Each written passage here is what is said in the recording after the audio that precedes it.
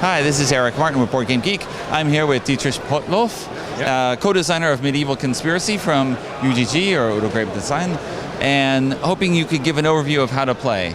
Right now, I know nothing about the game, so we start from scratch and give an overview of how to play.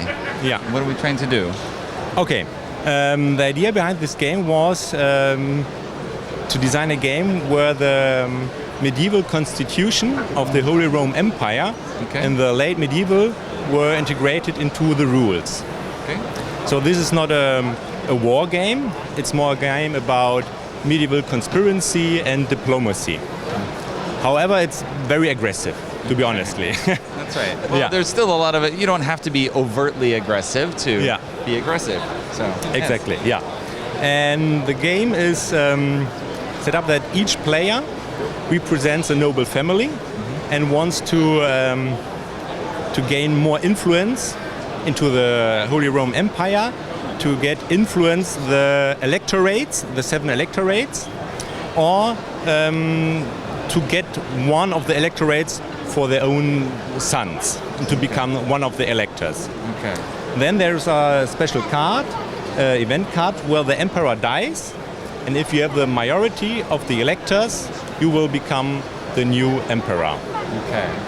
So, and then you won the game. And then you won, of course. Yeah. At that point, yes, that's the conclusion. Yeah. How many players in the game? It's between 2 to 6 players. Okay. Yeah. And how do we play? What is an example of a turn, if you could explain that? What was very important for us was that the player are always involved into the game action.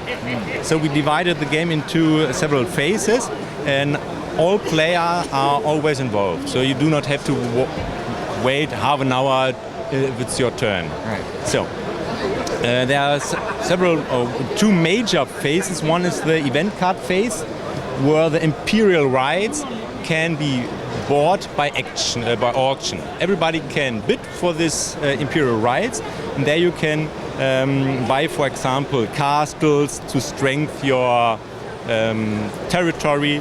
You can buy relics to build up the most powerful clericals. You can build up armies to be the most powerful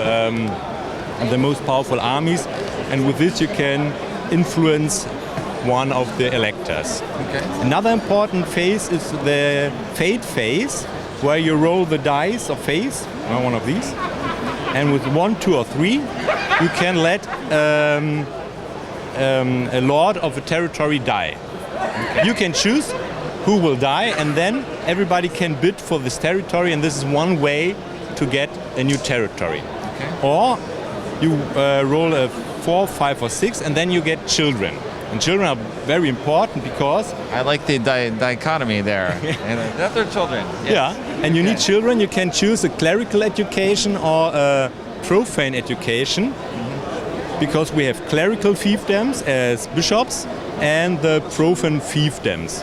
Okay. So you need the right children and the right education to, if somebody dies, to take it from the education to be the new lord of this territory. If you have no children, you can't do this. Okay. So this is the way you can grow, build up your infrastructure, and get influence to the electorates. Okay, that's good. Anything else we should know, or covers the basics of the game? Yeah, very important are these action cards. Each round you get one of these cards, and with these cards you can manipulate either every card or every action you may do. For example, you can kill some son of another player. These are the very mean and aggressive cards you can do. So you can combine these cards with these events, for example. Okay. All right. Thanks very much for the overview. Yeah. Thank you very much. Hope you like this game.